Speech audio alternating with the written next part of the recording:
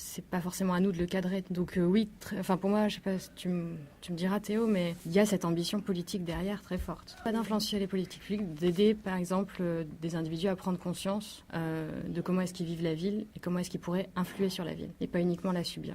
Via la discussion pour le moment, et puis après maintenant on va mener des actions avec des collectifs d'habitants, en particulier à Ivry, à Orly, donc où là on va essayer de voir comment construire avec des gens qui ne sont pas du tout spécialistes de l'urbain, des choses dans la ville quand même, qui leur permettent de redevenir acteurs politiques de la ville. Pour rebondir là-dessus, un petit exemple, je ne sais pas si c'est vrai, mais je trouve l'exemple pas mal.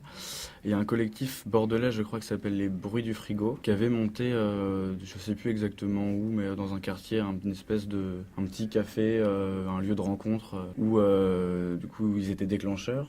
C'est eux qui géraient un petit peu. Et à la fin, ils sont, selon ce qu'on m'a dit, plus ou moins fait virer par les gens qui vivaient dans ce quartier, qui ont dit maintenant on peut le gérer nous-mêmes et on n'a plus besoin de vous. Donc je sais pas du tout si c'est vrai, si un jour ils écoutent ça se trouve ils seront énervés, mais j'ai trouvé juste l'exemple au niveau du but, pas mal si on peut servir juste de déclencheur à ce moment-là. Et que du coup, moi je trouve ça politique que les gens s'approprient vraiment leur truc et le font fonctionner par eux-mêmes. Ça serait un petit peu l'objectif, quoi. S'il y a une discussion, que dans des discussions qu'on organise, les gens se regroupent et veulent faire un événement ou écrire quelque chose, ou je sais pas quelle forme ça pourrait prendre, mais le font eux-mêmes, c'est vraiment le but, quoi. Alors nous, dans le contexte de la fête, un événement. On se demandait quel rapport est-ce qu'on voulait entretenir avec le spectateur, et on parlait souvent du coup du degré d'autonomie, de responsabilité, de mise en danger aussi, et qu'après, évidemment, on se dit que ça peut entraîner des modifications d'attitude, de comportement, ou au moins de manière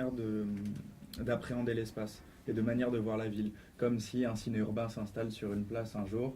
Ah oui, on réalise que c'est pas juste une façade d'immeuble, c'est un espace de projection potentiel. Et que du coup, on se met à imaginer, je sais pas, plein de choses dans cette place. Il y a ça totalement dans Ciné Urbain. Nous, notre idée, c'est vraiment le partage et le dialogue. Parce que, mine de rien, quand on amène ce type de dispositif dans la rue, ça crée tout de suite de la discussion. Ah, vous faites ça? Ah, comment vous faites ça? Ah, pourquoi vous faites ça? Il y a aussi tous les curieux qui disent « Ah, mais moi, j'ai plein de trucs, j'aimerais aussi participer ». Et donc, c'est plein de rencontres. Et c'est surtout moi, c'est une des raisons pourquoi je le fais, et je pense Octave aussi, c'est que ça pose tout de suite notre démarche au niveau des gens, et ça nous fait nous poser les questions de pourquoi on fait ça et pour qui on le fait. Et aussi, cette notion qu'on oublie souvent, c'est qu'on est un collectif, mais qu'on est un collectif pas forcément à échelle de oui, nous tous ensemble on forme un collectif ou une association, mais on est un collectif aussi avec tous ces gens qui peuvent nous donner des idées ou qui peuvent venir participer. Et c'est vrai que nous, au Ciné Urbain, ça amène aussi, comme on fait des thématiques, on prend des vidéos avec d'autres gens, ça amène aussi un réseau à tisser des rencontres avec des gens qui ne vont pas forcément avoir des moyens de diffusion, tels que la télévision ou le cinéma, et aussi qui ont des travaux qui ne sont pas appropriés aussi à ça.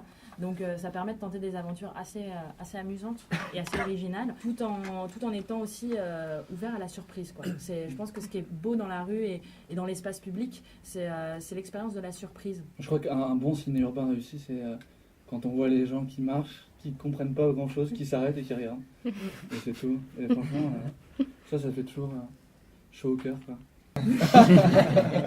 En tout cas, c'est sûr que ça donne envie. Un grand merci, cher Ciné Urbain, un grand merci Perspective Urbaine, un grand merci Manifart. C'était l'émission Perspective Collective en direct des studios de NC Toki, la radio web du design.